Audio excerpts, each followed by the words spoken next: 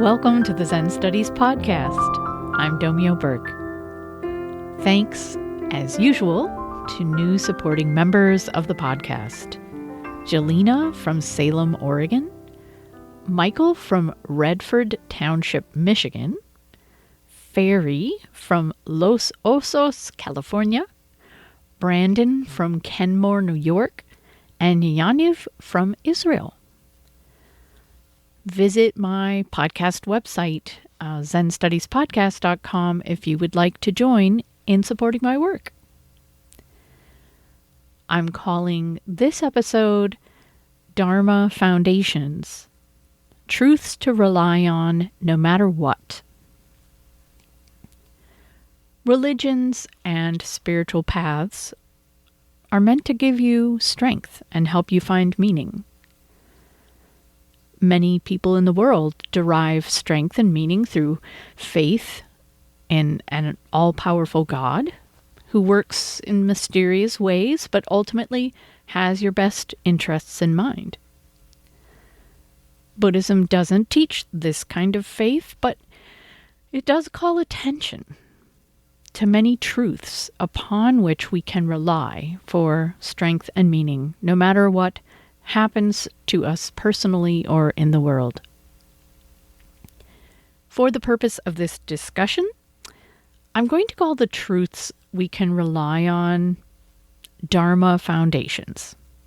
Dharma doesn't just mean Buddhist teaching, it also means truth. The list of truths I will offer is not an established one in Buddhism. It's just one I came up with when I wanted to give a Dharma talk to my Sangha recently. Many terrible and frightening things have been happening in the world, and I wanted to give people encouragement. So this is also not an exhaustive list by any means, but I think it highlights some of the most important aspects of our practice. And I hope the list will either remind you of convictions you already have based on your own experience, or inspire you to go deeper into Buddhist practice in order to get a sense of these truths for yourself. But even at a level of provisional faith, these foundations can offer some sense of stability and moral order. And as you verify them for yourself, they can become part of your nature. These truths will remain no matter what happens to us, no matter what happens in the world, no matter what course humanity ends up taking. These truths we can rely on. We can take refuge in them, build our lives around them, and take inspiration from them. And if you want any additional explanation or Dharma background on any of these truths, there are links to episodes I've done on them in this episode's transcript on the zenstudiespodcast.com website. So deliberately, in order to not make this episode too long, I've just very briefly delved into each Dharma truth. Dharma Foundation 1. In reality, we are boundaryless and interdependent.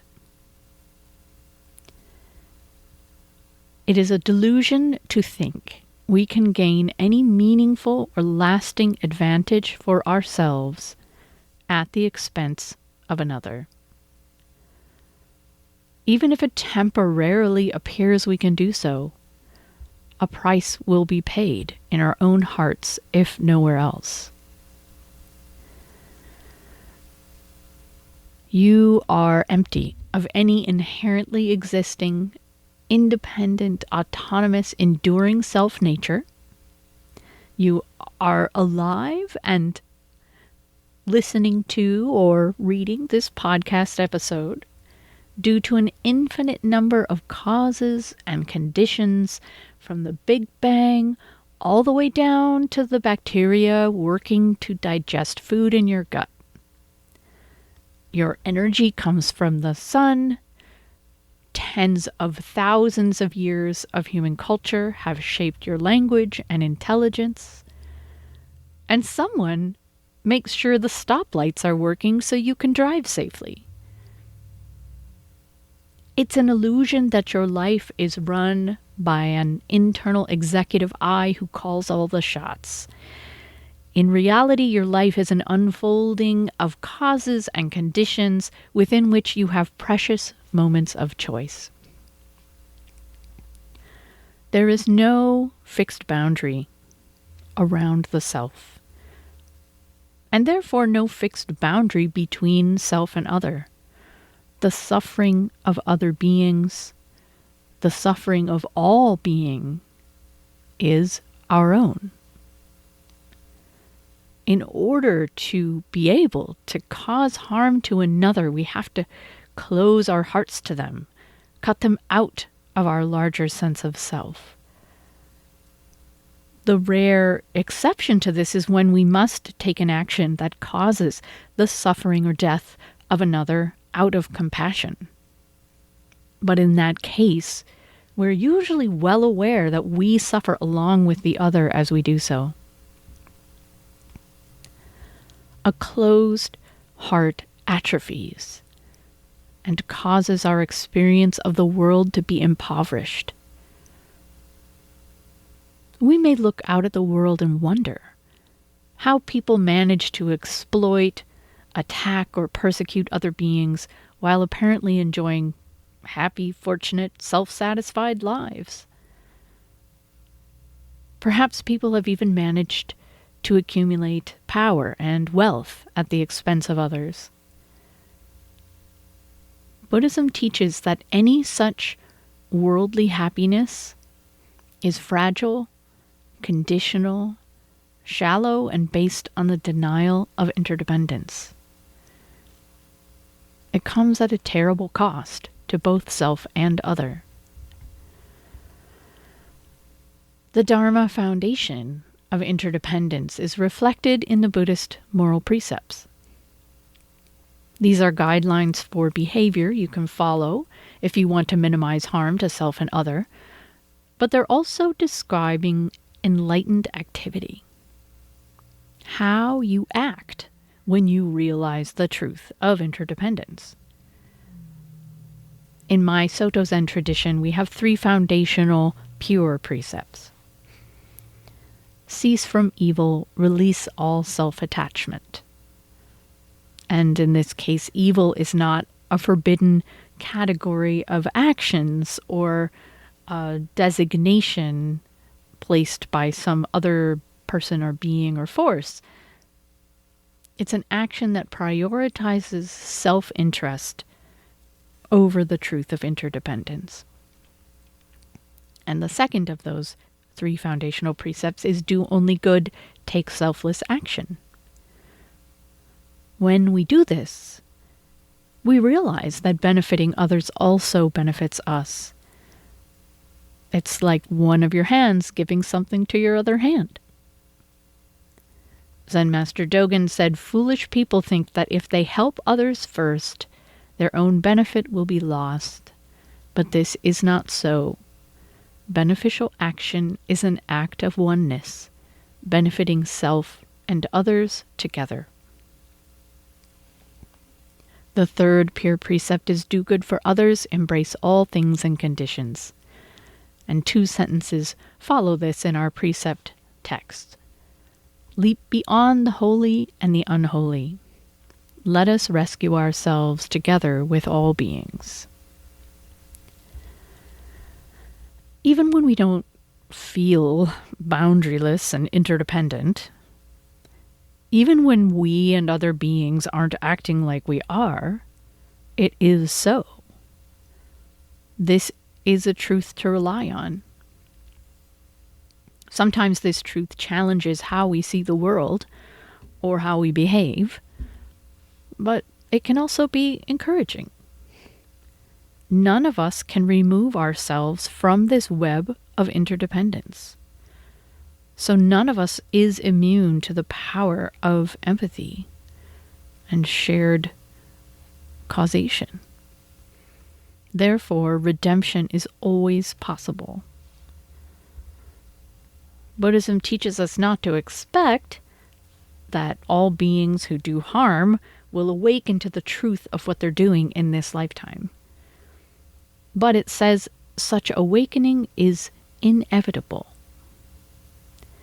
Now, if you take rebirth as a metaphor, this means that even if an individual who carelessly causes harm doesn't repent and change before the end of their life, they leave behind causes and conditions which eventually lead people toward an appreciation of interdependence.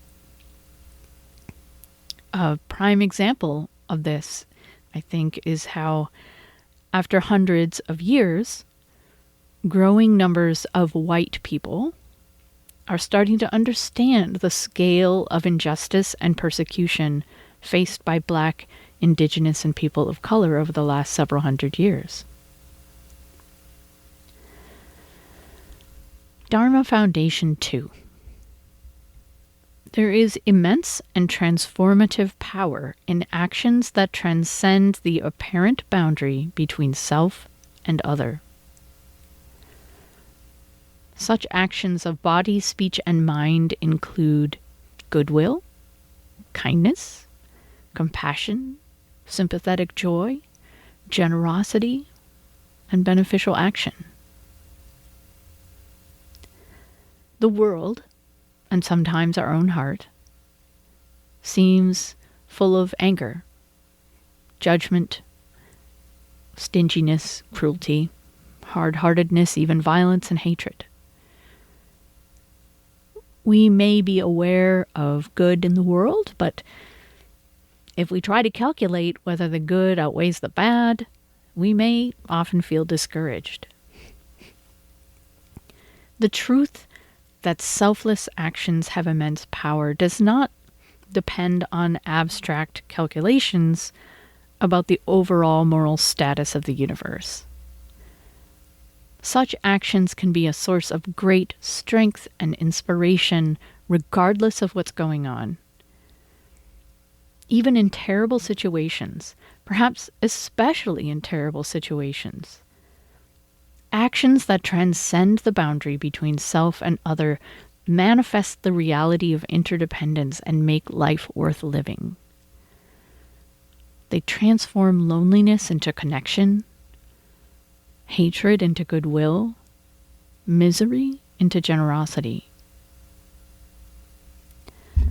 This truth is illustrated in a chapter of the Lotus Sutra that is widely chanted in Buddhism, called the Avalokiteshvara Bodhisattva Universal Gateway.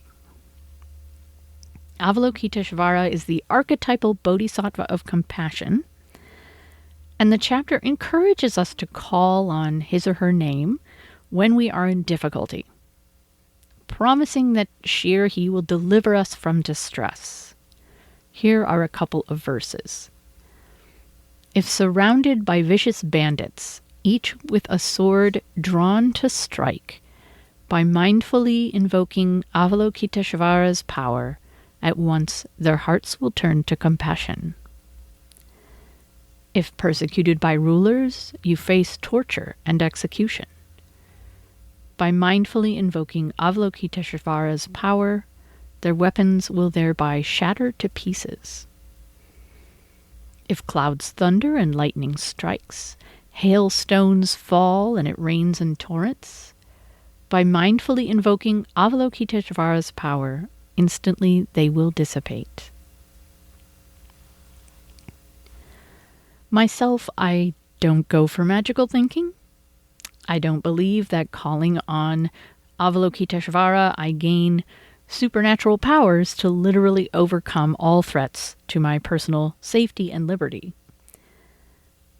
However, this imagery points to the potential of compassionate actions to utterly transform even the worst situations. For example, if we manage to elicit someone's sense of empathy, they're much less likely to do harm. When we are faced with misfortune, it can be liberating to shift our attention from self-concern toward taking care of others. Dharma Foundation 3. The flow of generosity transcends the intentions or relative resources of individuals. In Buddhism, we call this the emptiness of the three spheres of giver, receiver, and gift. The reality of emptiness means that the phenomenon of selfless action and the transfer of benefit transcends the sphere of personal good deeds. It's not simply a matter of well-meaning people recognizing they have something to give and then giving it to someone who is lacking in some way. We can experience this directly when we have the opportunity to selflessly be of service to someone. We feel a reward from our action that makes us wonder who is benefiting most in the situation. When our giving and service is sincere and completely free from self-interest, it's a simple matter of joyfully passing on the benefit we ourselves have received. Any sense of ownership or pride about the gift or the giving of it is absent, and we feel only gratitude at being able to give it. Giving is beneficial at all levels, but Buddhism points us toward an ideal of generosity that we can relate to as a law of the universe. In the Prajnaparamita Sutra, in 25,000 lines, the Buddha speaks of the three spheres of giver, receiver, and gift, saying, quote, "What, you may ask, is the supra-mundane perfection of generosity? It is the purity of the three spheres. When a bodhisattva, great being, offers gifts, they do not apprehend a self, they do not apprehend a recipient, and they do not apprehend a giving. They do not even rejoice in the ripening impact of their generosity." End quote. This isn't to say we can't take joy in giving, but it asks us to think beyond our limited ideas of self and other and what can be given. In Bodhisattva Shishobo, the Bodhisattva's 4 methods of guidance, Dogen writes, quote, "Giving means non-greed. Non-greed means not to covet. It is like giving away unneeded belongings to someone you don't know, offering flowers blooming on a distant mountain to the Tathagata, or, again, offering treasures you had in your former life to sentient beings. Whether it is of teaching or of material, each gift has its value and is worth giving. Even if the gift is not your own, there is no reason to abstain from giving. The question is not whether the gift is valuable, but whether there is genuine merit. Mind is beyond measure. Things given are beyond measure. And yet, in giving, mind transforms the gift, and the gift transforms the mind." End quote. Dharma Foundation 4. All beings have Buddha nature. In fact, all being is Buddha nature. All life, all being is precious. Our precept against killing states, "The life of Buddha increases with life. No life can be cut off." We usually do not have an unconditionally warm, loving feeling toward all beings, especially if they disappoint or seem to threaten us. However, this is the most difficult kind of situation for us to perceive this truth about the universality of Buddha nature. And just because we can't perceive it at any given moment doesn't mean it isn't true. Without beings, all that is most beautiful, including the ability to awaken, cannot be. We affirm the inherent dignity and value in any being whenever we are truly able to see them. Truly seeing them means our sense of separateness and self-concern have been set aside. What naturally arises then are the four Brahmaviharas, or sublime social attitudes: goodwill, compassion, sympathetic joy, and equanimity. This doesn't mean we don't set appropriate boundaries, but it does mean we refrain from cutting anyone off from the life of Buddha. In the Metta Sutta, the Buddha says, quote, "Even as a mother protects with her life, her child, her only child, so with a boundless heart should one cherish all living beings, radiating kindness over the entire world." End quote.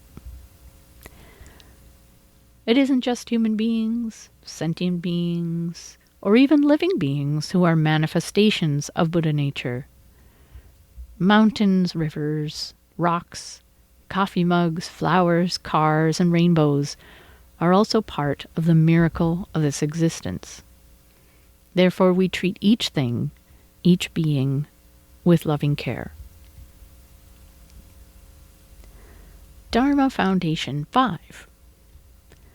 What matters most is intangible.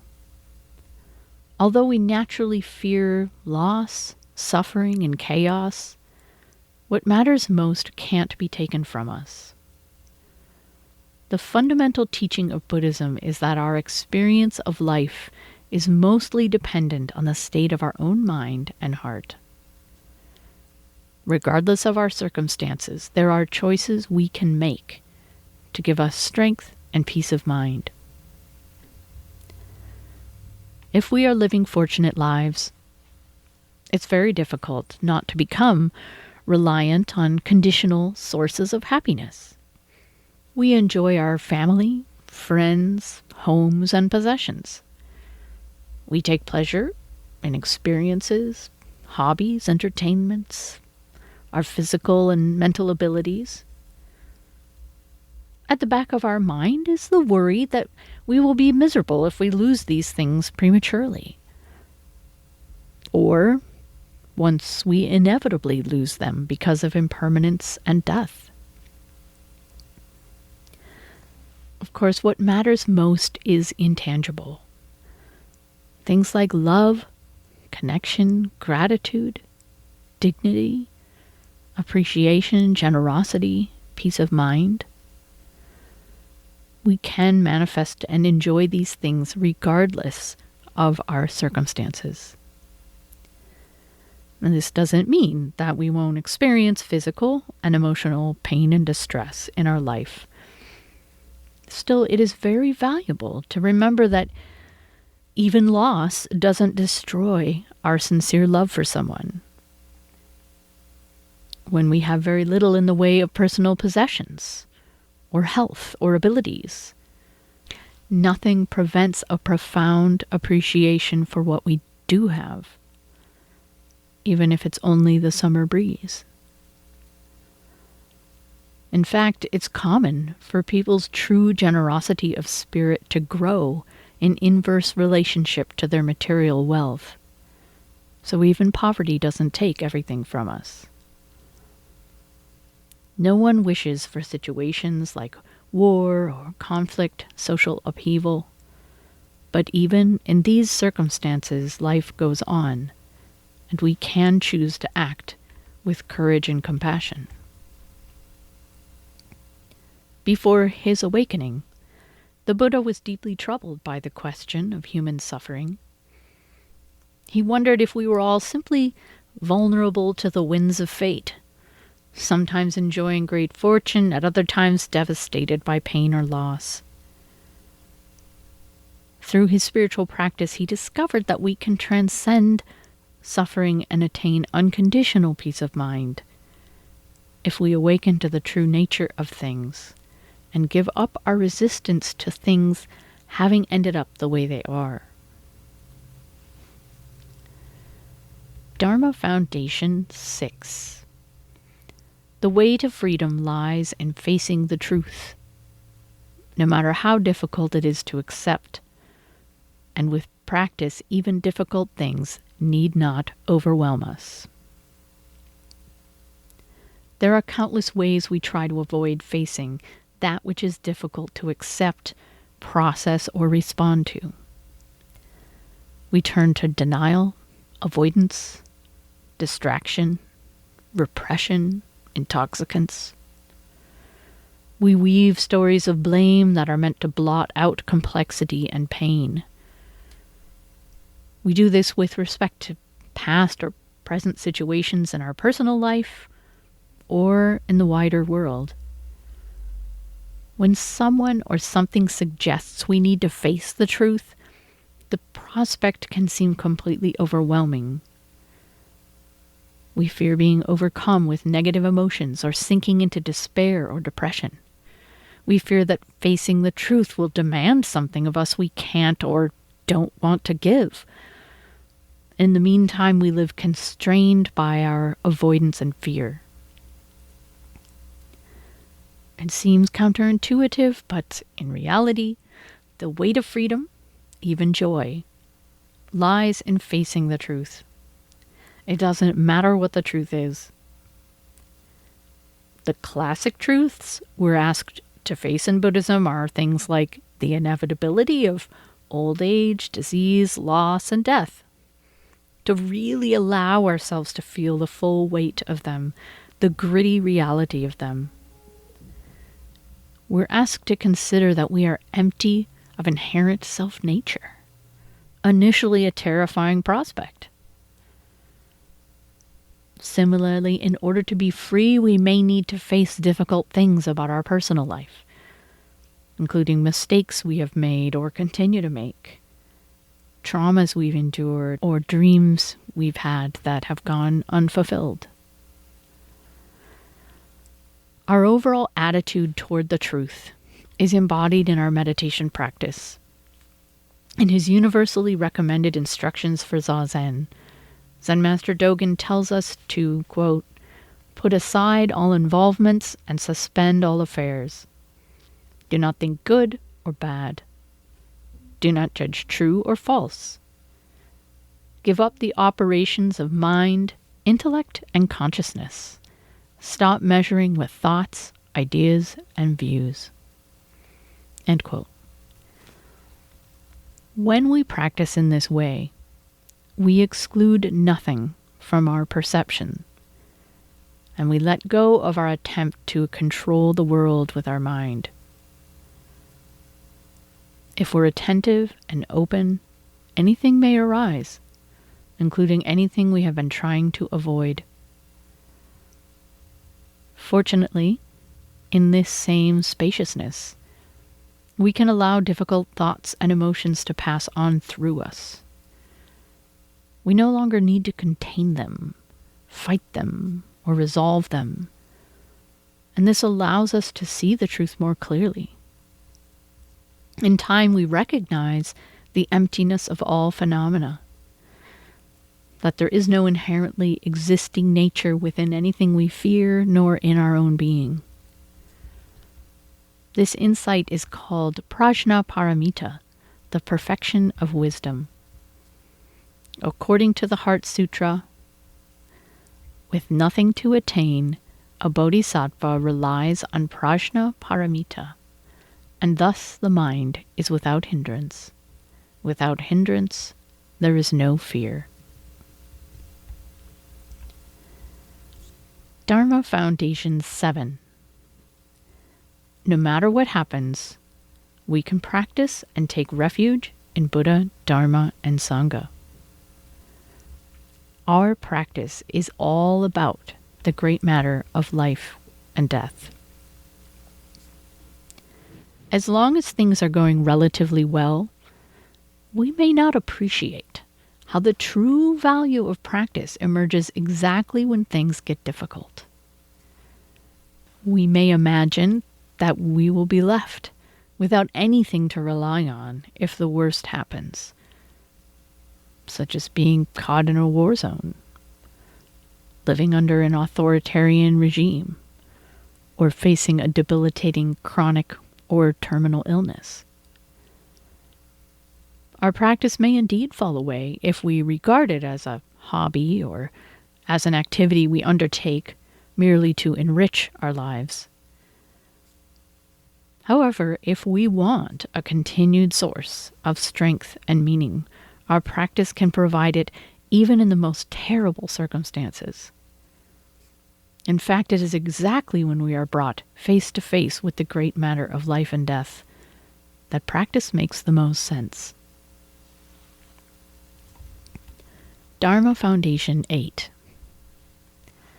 In addition to the dependent dimension of reality, the dimension of time, space, and causality that we are usually aware of, it has an independent dimension in which all things are precious and luminous in their own suchness.